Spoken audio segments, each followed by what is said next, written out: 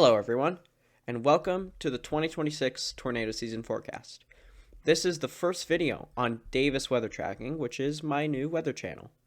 As you know, my name is Justin Davis, if any of you know me, and to any of you who are new here, hello. This channel will be covering different severe weather events, including tornadoes, hurricanes, winter storms, potentially some fires if we get to that. But I thought a nice first addition to the channel would be the 2026 tornado season forecast, since we're roughly 15 days away from the start of March. I thought it would be a good way to start off this channel because it's still a forecast and we're also starting to get into the main basics of what this channel will be covering. Pardon my voice a little bit as I am getting over a cold, but let's get right into this video. If we have a look at how the 2026 season has been going so far, you could see a couple of things. First off, we haven't had quite a lot of tornado activity, as we haven't had a lot of troughs coming out of the western United States, mainly due to us being stuck in this kind of polar Arctic air pattern. But you can see most of the tornado activity has been situated across the Mid-South, across portions of Dixie Alley. You can see that reflected here on this graph. As you can see, we are about 30% of what is average at this time of year. We currently have 23 tornado local storm reports. The mean at this time of year is actually 65. Throughout the last couple of years, we have seen below 100 at this time of year, so this isn't too out of the ordinary for the early season, as usually we see things start to pick up in March. Let's go over what causes tornado activity to be so rampant in the US. It all starts with the ENSO, or El Nino Southern Oscillation. I know most of you know this, but let's go over it briefly for those who don't. An El Nino is when the equatorial waters in the Pacific Ocean are warmer than average. And a La Nina is when the equatorial Pacific Ocean waters are colder than average. You can see these reflected here in the El Nino during 2016, which was a very strong one, and the decently strong La Nina during 1983. You could see reflected warm ocean temps and then cold ocean temps. But how does this affect the jet stream? Well, during El Nino, it usually pushes it further south than usual, which allows for less tornado outbreaks to occur because you're not getting as much of that moisture return to the north. Whereas during a La Nina, you'll see that jet stream go a lot more wonky and go a little bit further to the north, which can allow for a lot more moisture return to the north and can allow for more widespread tornado outbreaks. So generally, La Nina is usually more favorable for tornado activity. The next two things we usually look at when forecasting tornado seasons are the Gulf of Mexico sea surface temperatures, as well as the EML, or elevated mixed layer for short. The Gulf of Mexico sea surface temperatures are very important because they are the feeding source for that moisture content across the United States. 95% of severe weather outbreaks during tornado season come from the Gulf of Mexico moisture return to the north. The EML is also important as it is a bit of a dry air plume which can allow caps to form across environments. This can either restrict development until later on when instability has grown, or can restrict it entirely. So let's have a look. Our ENSO is forecast to go into neutral during the tornado season and then transition into El Nino as we get towards the later part of the season, getting closer to hurricane season. Currently, we're in a La Nina, and we're going to transition into a neutral within the next couple of weeks. So we said what La Nina and El Nino do, but what does neutral do? You can see here, models are also hinting at this as well. You can see a quick transition from La Nina to El Nino. However, that neutral ENSO is occurring during tornado season, similar to last season. So what this means is that we are likely going to have a pretty wonky jet stream as it is in the transition phase, which can actually favor tornado development more. So let's have a look at a few years where we had a similar thing as this. Here's a look at the RONI, or Relative Oceanic Nino Index, from 1990 to present. And let's look at a few years where we're going to go through a similar thing as this year. You can see here, these are some pretty common analogs if we look at these. You can see 2002, 2006, 2009, 2012, 2014, and 2023 are all pretty common analogs here. You can see they went from either cold neutral or La Nina into warm neutral or El Nino pretty quickly through the tornado season. We can go even further back to 1950 by looking at our RONI index here, let's look at a couple more analogs here.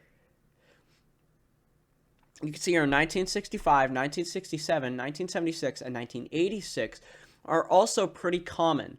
The one slightly less common is 1967, where we saw a very, very cold neutral close to a near zero go into a El Nino. However, this had very similar Gulf sea surface temperatures and a very similar EML. So we put it here as an analog. Now let's look at all of the analogs combined here. You could see 2014, 2006, 2012, 1967, 2023, 1965, 1976, 2002, 2009, and 1986 are all common analogs that are for 2026's tornado season. From 2014 through 2023, I'd say those are the most useful analogs that we'll be looking at. And from 1965 to 1986, those are less useful, but still pretty good matches to what this year is going to look at. Without further ado, let's get into all of them and analyze each of the tornado seasons one by one, starting with 2014. The first analog we're going to be looking at here is 2014. You can clearly see here in 2014 that the main areas of interest were portions of Dixie Alley into the Midwest and lower Ohio Valley regions, with limited activity in the southern Great Plains. You can see there up there in Nebraska, this is the year that the Pilger tornado outbreak occurred. And you can see there the April 27th to 28th tornado outbreak occurred also during this year. So there was quite a bit of activity in the months of April and June, but not so much in March and May. However, you do see there that there was quite a few tornadoes during this year, specifically, as we mentioned, in the Midwest and Dixie Alley. Next up, we're going to be taking a look at 2006 here. So let's have a look at what that year brought in tornadoes across the United States.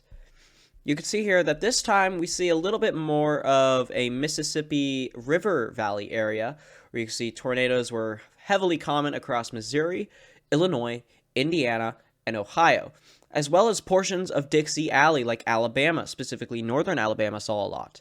Southern Texas saw a decent amount, but Oklahoma, besides a couple of EF3s in the western portion of the state, was rather lackluster for tornado activity in 2006. You can see there the northern Great Plains also saw quite a few tornadoes. Minneapolis there saw a few. You saw southern Minnesota see an F3. As for 2012 now, let's take a look at that year. If you remember correctly, that was the year of the North American derecho. And you can see here most of the activity this time centered in the Great Plains as well as the lower Ohio Valley there. We saw a couple EF4s as tornado outbreak near Cincinnati, Lexington, Kentucky. And you saw there a couple tornado outbreaks there in Dixie Alley as well, Montgomery, Alabama there. You see Nashville, Knoxville, those areas in Tennessee got pretty heavily hit by thunderstorms and tornadoes. But mainly Kansas was that pretty big outlier as they saw several significant tornadoes during a tornado outbreak there. Northern Oklahoma was pretty decent as well for tornado activity, but not a lot in the Midwest and lower Great Plains.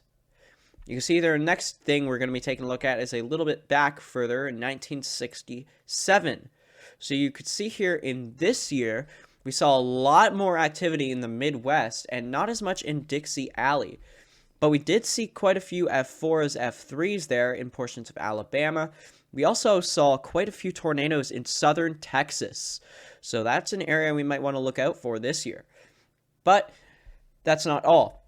If we look towards Ohio, we saw that there was not a lot of activity. But if we just move just a couple states to the east, in eastern Ohio and western Illinois, we saw quite a few significant tornadoes, and a pretty big tornado outbreak hit southern Minnesota there that you could see there. We also had a couple tornado outbreaks in the lower Ohio Valley region. Next year, we're going to be taking a look at as a more recent one, 2023, which, if you remember, featured the March 31st tornado outbreak and the Rolling Fork tornado, which you can clearly see outlined here. Not as much activity there in the plains as you could see, but a lot more activity in Dixie Alley and the Ohio Valley and portions of the Midwest there. You can see here we had that Iowa F4 there. And we also saw the Rolling Fork F4 down there, Little Rock there, as well as Wynn, you could see. And portions of Alabama were pretty heavily hit during this year as well. But yeah, that main outlier, those two areas that we might want to look for this year are going to be Dixie Alley and portions of the Midwest. The next analog we're going to be taking a look at is 1965, and if you remember correctly, that was the year of the Palm Sunday tornado outbreak, which you can clearly see outlined here. Portions of the Midwest were once again the hotspot, but this time a lot more activity in the plains, and Dixie Alley was rather quiet throughout the year besides a few significant tornado events across Alabama, Tennessee, and Kentucky.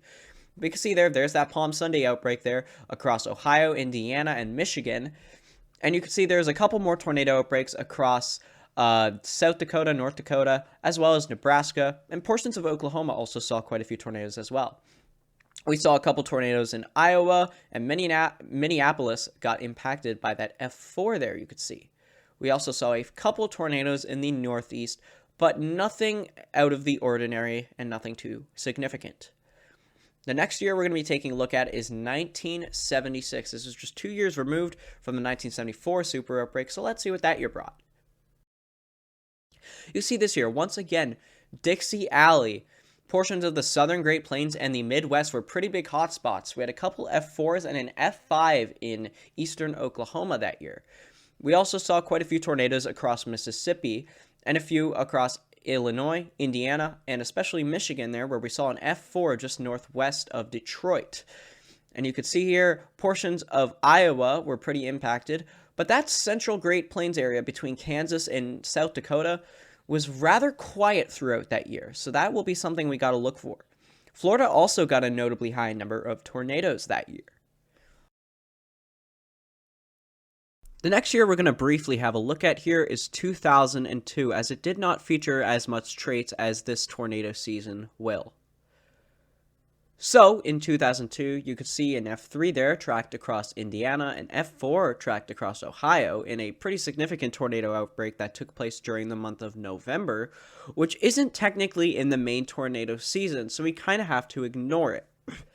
Other than that, not too much insane amounts of activity here. You could see a bit of a hotspot there in Kansas and portions of Texas, as well as southern Dixie Alley and portions of the Midwest, but not too much activity throughout this season. You can also see a couple more F4s there in Missouri and even portions of the East Coast through Delaware. The last two different analogs we're going to be taking a look at very, very briefly are 2009 and 1986. These 2 years did not feature as similar traits to this one, including the Enzo phase was slightly different, as well as those Gulf of Mexico sea surface temps. The first one is 2009, where we can see kind of sporadic activity, pretty active, but rather sporadic across the entire United States with no really big hotspot.